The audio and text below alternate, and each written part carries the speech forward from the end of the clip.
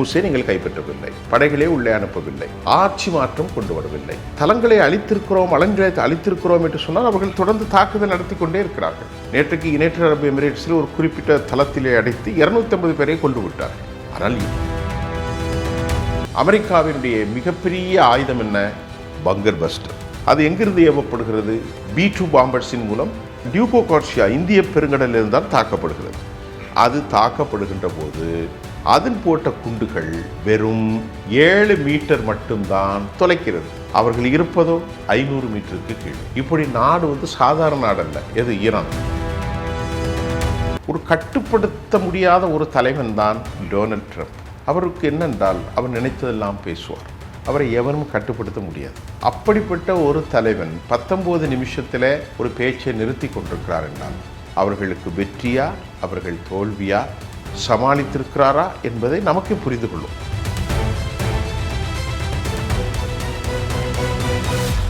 அரசியல் களம் நேயர்களுக்கு வணக்கம். இன்றைக்கு நம்ம நேர்காணலுக்காக மூத்த பத்திரிகையாளர் சுஃபியான் அவர்கள் நம்மோடு இருந்திருக்கார். அவரோடு பேசலாம். சார் வணக்கம். வணக்கம் சிவா.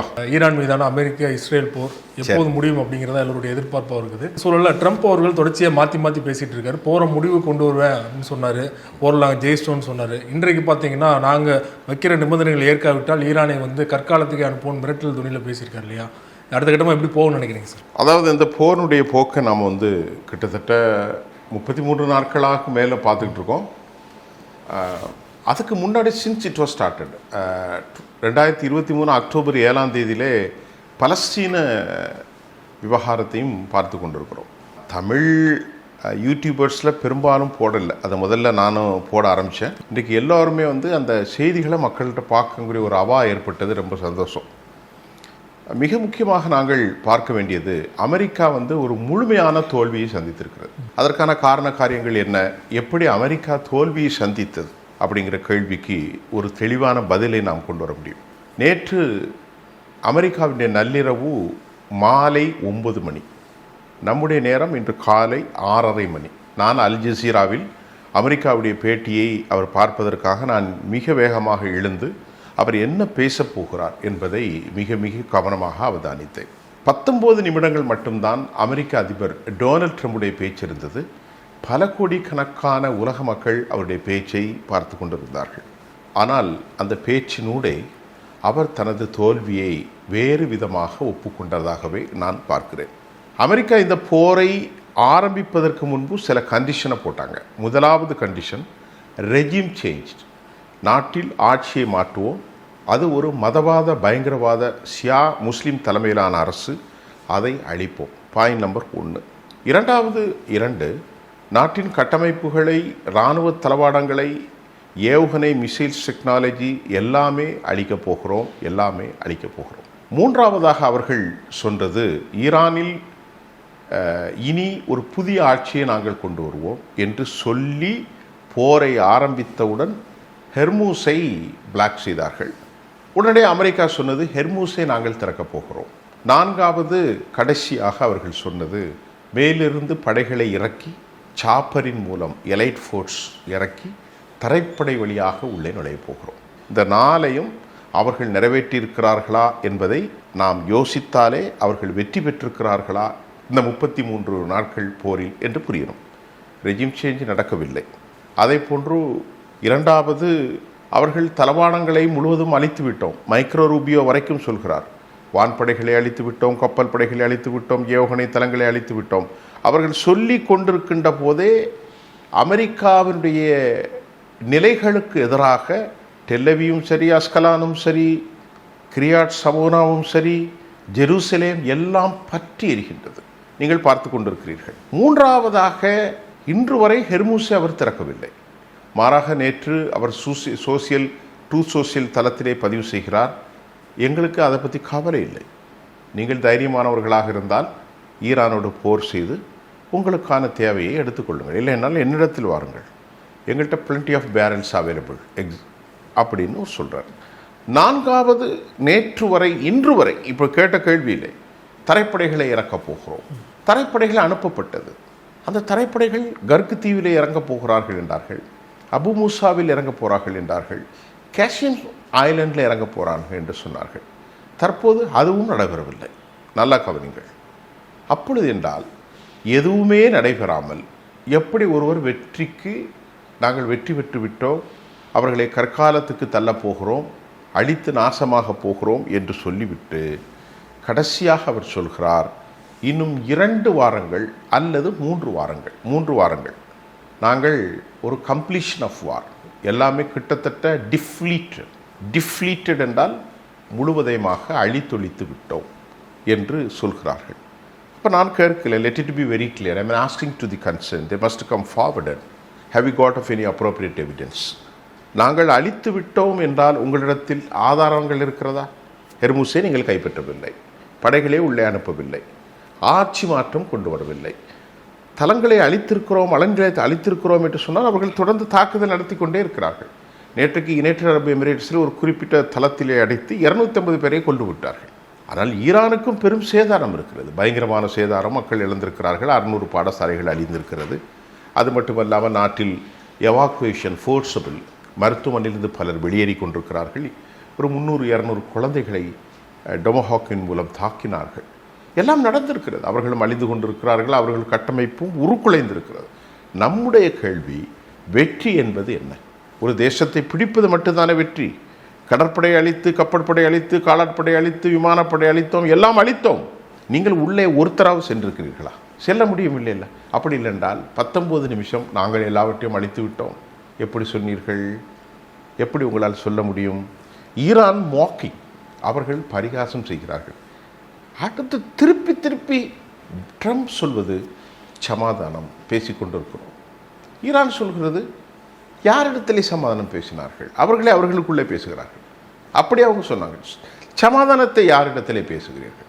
எங்களுக்கு யாரும் வரல, நாங்கள் என்னவே அனுப்பலை, நாங்கள் எங்கேயும் உட்காரல, சமாதானத்தை யார்கிட்டப்பா பேசுகிறீங்க அப்படின்னு ஈரானுடைய external affairs minister Abbas Araghchi mat very clear statement. யாரிடத்தில் சமாதானம் பேசுகிறீர்கள்? யாரிடத்திலும் பேசவில்லை, ஆனால் சமாதானம் பேசுகிறார்கள் என்று பொய்யை சொல்கிறார். நான் பார்த்த அளவில் உலகில் பொய்களை சொல்வார்கள் அரசியல்வாதிகள், ஆனால் டொனால்ட் ட்ரம்பை மாதிரி மாற்றி பேசுவதின் ஒரு தலைவனை பார்க்கவில்லை.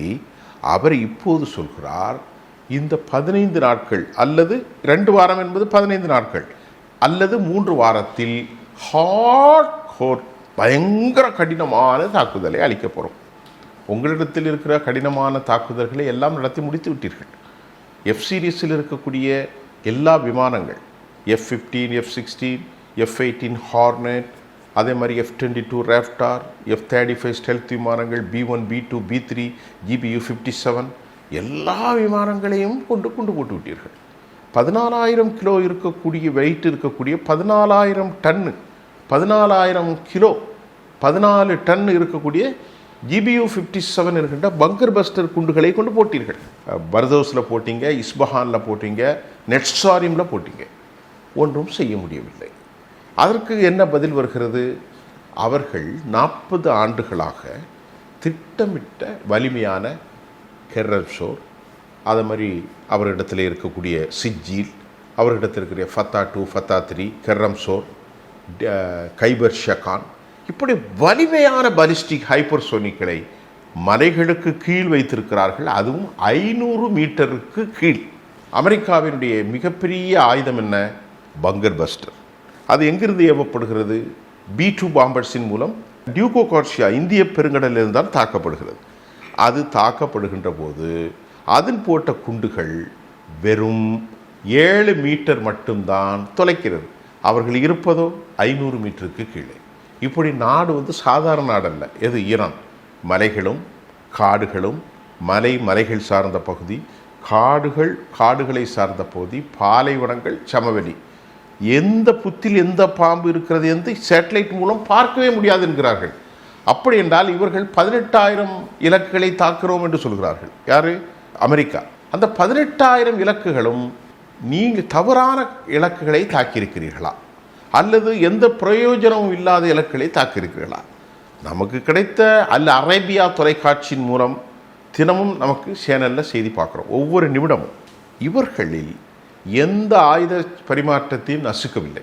அவர்கள் அழித்திருக்கிறார்கள் அமெரிக்கர்கள். ஏன்னா 18,000 குண்டு போடுவது சாதாரண விஷயம் கிடையாது. அதையும் தாக்கு பிடித்து இன்றைக்கு கூட நீங்கள் எங்களுடைய தலைவர்களை கொலை செய்து விட்டீர்கள். யாரை கொலை செய்தீர்கள்?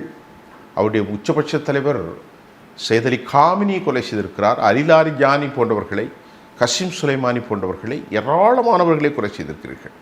அதே போன்று ஹிஸ்புல்லா தலைவர்களையும் கொலை செய்திருக்கிறீர்கள். இதற்கு நாங்கள் பழி வாங்குவதற்கு ஒரு நாட்டில் இருக்கக்கூடிய மெட்டா, ஆரக்கிள், அதே மாதிரி கூகுள், அமேசான், மைக்ரோசாஃப்ட், அமேசான், இப்படி எல்லா நெவீட எல்லாவற்றையும் நாங்கள் அளிப்போம் என்ற ஒரு 18 கம்பெனியை அவர்கள் சொல்லியிருக்கிறார்கள். இப்போது அமெரிக்கா என்ன, நேற்று 19 நிமிடம் பேச்சில் உளவியல் ரீதியாக நீங்கள் ஒன்றை புரிந்து கொள்ள வேண்டும். ஒரு கட்டுப்படுத்த முடியாத ஒரு தலைவன் தான் டொனால்ட் ட்ரம்ப். அவருக்கு என்னென்றால் அவர் நினைத்ததெல்லாம் பேசுவார். அவரை எவரும் கட்டுப்படுத்த முடியாது. அப்படிப்பட்ட ஒரு தலைவன் 19 நிமிஷத்தில் ஒரு பேச்சை நிறுத்தி கொண்டிருக்கிறார் என்றால் அவர்களுக்கு வெற்றியா, அவர்கள் தோல்வியா, சமாளித்திருக்கிறாரா என்பதை நமக்கு புரிந்து கொள்ளும். இப்படியெல்லாம் இந்த வார்க்குள்ள வந்துட்டோம் அப்படிங்கிற ஒரு மைண்ட் செட்டுக்கு வந்துட்டார் இல்லையா ட்ரம்ப்? அதுதானே முக்கியம். நேற்று காலை ஃபாக்ஸ் தொலைக்காட்சி அதில் ஒரு நிகழ்ச்சி நடத்துகிறாங்க. அமெரிக்காவுடைய ஃபாக்ஸ் தொலைக்காட்சி யாருக்குரியது? ரிப்பப்ளிக்கனுக்கு ஆதரவான தொலைக்காட்சி. அதில் ஒரு 5-6 பொம்பளையில் உட்கார வச்சு அவங்கெல்லாம் நடிகைகள், மாடல்ஸ் வைத்து ஒரு டிஸ்கஸ் நடக்கிறாங்க. அதில் என்ன சொல்கிறாங்க, அமெரிக்காவை இந்த போருக்கு தள்ளியது யார்? அவங்க டிஸ்கஸ் பண்ணுறாங்களாம். அதாவது இது அமெரிக்காவுடைய ப்ரிப்பரேஷன்லேயே ஃபாக்ஸுக்கு ஒரு அசைன்மெண்ட் கொடுக்கப்படும். செட்டப். நீங்கள் இப்படி விவாதத்தை நடந்துங்க. சாதாரணமாக நம்ம வீட்டில், நம்ம ஊரில் இருக்கக்கூடிய சினிமா பிரபலங்கள் யாராவது உட்கார வைத்து ஒரு நிகழ்ச்சி நடத்தினால் எல்லோரும் பார்ப்பார்கள். மக்களுடைய அட்டென்ஷன் அதை நோக்கி போகும். அதே மாதிரி அமெரிக்காவுடைய திரைப்பட நடிகைகள், அவங்க மாடல் யாரெல்லாமோ எனக்கு அதை பற்றி தெரியவில்லை, அவர்களை உட்கார்ந்து ஒரு பெரிய டிபேட்டர் ஷோவை நடத்துகிறாங்க.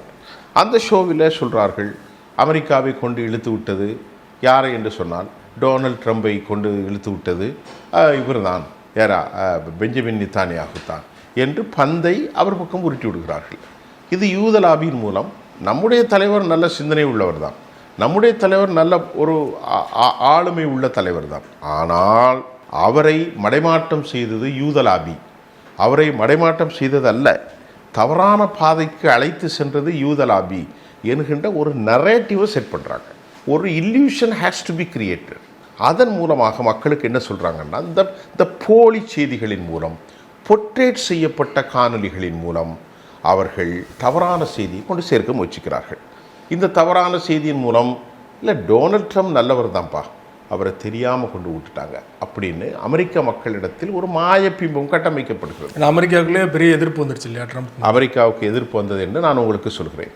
அமெரிக்காவில் சிபிஐஹெச்டி ஒரு காணொலி நடத்துகிறார்கள். இந்த சிபிசிடி அந்த காணொலியிலே எடுத்த ஒரு ஆய்வில் 67 விழுக்காடான அமெரிக்க மக்கள் இந்த போர் நமக்கு தேவையில்லை என்பதை சொல்லிவிட்டார்கள். இரண்டாவது, ரிப்பப்ளிக்கன் பார்ட்டியில் 40% போர் தேவையில்லை, மற்ற குறைவான சதவீதம் உள்ளவர்கள் போரை கம்ப்ளீட்டாக முடிக்க வேண்டும் என்று சொல்கிறார்கள். அமெரிக்கா இப்பொழுது பெரும் நெருக்கடியில் இருக்கிறது. அமெரிக்கா இந்த போர் முடிகின்ற போது இந்த போரினுடைய முகம் ஒட்டுமொத்த உலகத்தை மாற்றப் போகிறது என்பதில் எந்த சந்தேகமும் இல்லை. ஆகவே தான் அமெரிக்கா இந்த போரை, அவரே சொல்கிறாரே, உண்மையை சில நேரத்துக்கு சொல்லிடுறாரு. என்ன சொல்கிறாரு? எனக்கு நிம்மதி இல்லை, நான் எப்படியாவது இந்த போரிலிருந்து வெளியே வர வேண்டும். ஆனால் ஈரான் சொல்கிறது, நாங்கள் இன்னும் எத்தனை வருஷத்துக்கும் தாக்குப்பிடிப்போம், நாங்கள் எங்களுக்கு இந்த உலகத்தில் வாழணும் என்று ஒன்றுமே இல்லை, நாங்கள் மரணிக்கிறதுக்கு தயாராக இருக்கிறோம்.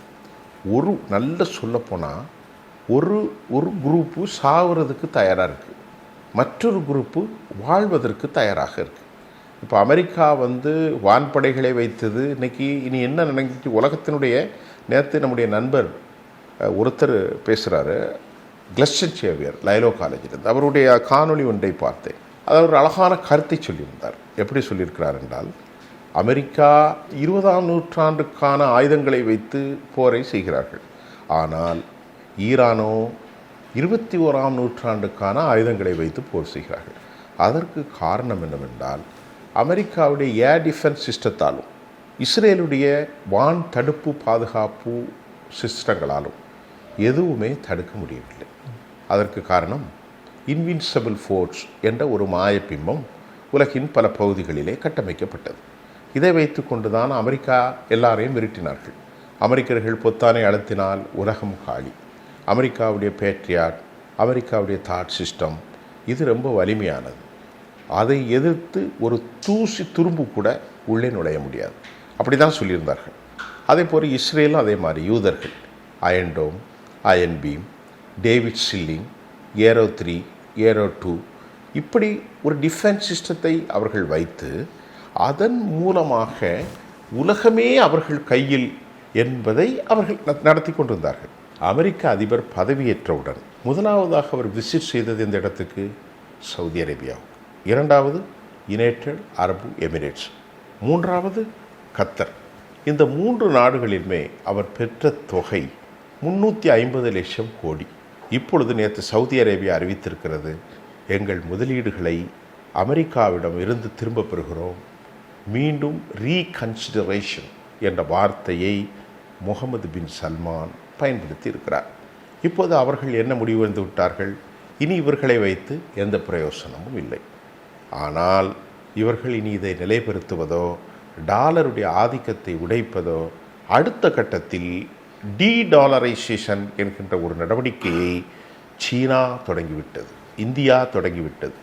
அதே போன்று ஈரான் தங்களுடைய கோரிக்கைகளின் முக்கிய கோரிக்கையாக டாலரின் வரக்கூடாது, நீங்கள் ஆயிலை எடுத்து செல்ல வேண்டும் வந்தால் யுவானில் டிரான்சாக்ஷன் இருக்க வேண்டும், எங்களுக்கு 18 கோடியை யுவானில் கொடுத்துவிட்டு சென்று விடுங்கள் என்பது வந்துவிட்டார்கள். இப்போ உலகத்தில் இந்த போரை நடத்துவது ஆயுதங்களில் வல்லமை கொண்ட ட்ரோன் சிஸ்டம், பலிஸ்டிக்ஸ் மற்றும் ஹைப்பர்சோனிக் ட்ரோன்களில் ஷாஹின் 126, ஷாஹின் 129, 136, 191, அப்புறம் கெமிகாஸ், அது ஆன்டி ஷிப் மிசைல். அப்போ நம்ம இதை பற்றி சொல்லிக்கிட்டே இருக்கலாம். பலிஸ்டிக்ஸில் ஏராளமாக இவைகளெல்லாம் ரஷ்யாவுக்கு அவர்கள் வழங்கியதன் விளைவாக ரஷ்யா ஒரு மாபெரும் வெற்றியை இன்றைக்கும் தக்க வைத்துக் கொள்ள உக்ரைனுக்கு எதிராக அவர்களுக்கு உதவியது. கைமாறு செய்ய வேண்டும் என்பதற்காக ரஷ்யா இப்போது ஈரானுக்கு செய்கிற கைமாறு வேறு ஒன்றும் இல்லை, ஏராளமான சேட்டலைட் இருக்குது. அதன் மூலமாக இந்த ஹோட்டலில், இந்த பில்டிங்கில், இந்த இடத்துல அமெரிக்கா 100 பேர் இருக்காங்க, தாக்க சொல்கிறார்கள், உடனடியாக தாக்குகிறார்கள். இன்றைக்கி குவைத்து அலறுகிறது, இனி குவைத்து காலி. இங்கே இருக்கக்கூடிய சினிமாக்காரர்கள், இங்கே இருக்கக்கூடிய தொழிலதிபர்கள், ரவுடிகள், உலகம் முழுவதும் தங்களுடைய மாஃபியாக்கள் பணத்தை கொண்டு கொட்டிய தேசம் எது? குவைத். குவைத் அல்ல, துபை. அந்த துபை இன்னைக்கு ஒன்றுக்கும் போயிட்டு, என்னுடைய நண்பர்கள் கூட நேற்று சொல்கிறார்கள், ரொம்ப பயமாக இருக்கிறது, எப்போதும் சத்தம் கேட்டுக்கொண்டே இருக்கிறது. துபை தனது அதிபத்தில் சொல்கிறார், என் கையில் எவ்வளோ இருக்குது பணம் தெரியுமா? வெறும் $15 பில்லியன் தான் இருக்கிறது என்று துபை சொல்கிறது. அதே மாதிரி அப்துல் ரஹ்மான் அல் தானி அப்புறம் சொல்கிறார், எமிரேட்ஸை நான் ரன் பண்ணுறதுக்கு என் கையில் $11 பில்லியன் இருக்குது, நாங்கள் we make it better for that, எங்களுக்கு பரவாயில்ல அப்படிங்கிற சொல்லுக்கு 33 நாட்களில் உலக பொருளாதாரத்தையும் அமெரிக்காவுடைய வேதாந்தத்தையும் அவர்கள் ஏற்படுத்தி வைத்த இன்வின்சபிள், யாராலும் வெற்றி பெற முடியாது என்ற மாயையை உடைத்திருக்கிறார்கள் என்பதை நான் எனது அறிவால் பெற்ற செய்தியில் உங்களுக்கு வைக்கிறேன். நீங்கள் முரண்பட்டால் என்னிடத்தில் கேள்வி கேட்கலாம். ரொம்ப நன்றி சார். ஈரான் மீதான அமெரிக்க இஸ்ரேல் போர் தொடர்பாக பல்வேறு விஷயங்கள் என்னோட பகிர்ந்து கொண்டீங்க. ஓகே, நன்றி சார். ரொம்ப நன்றி.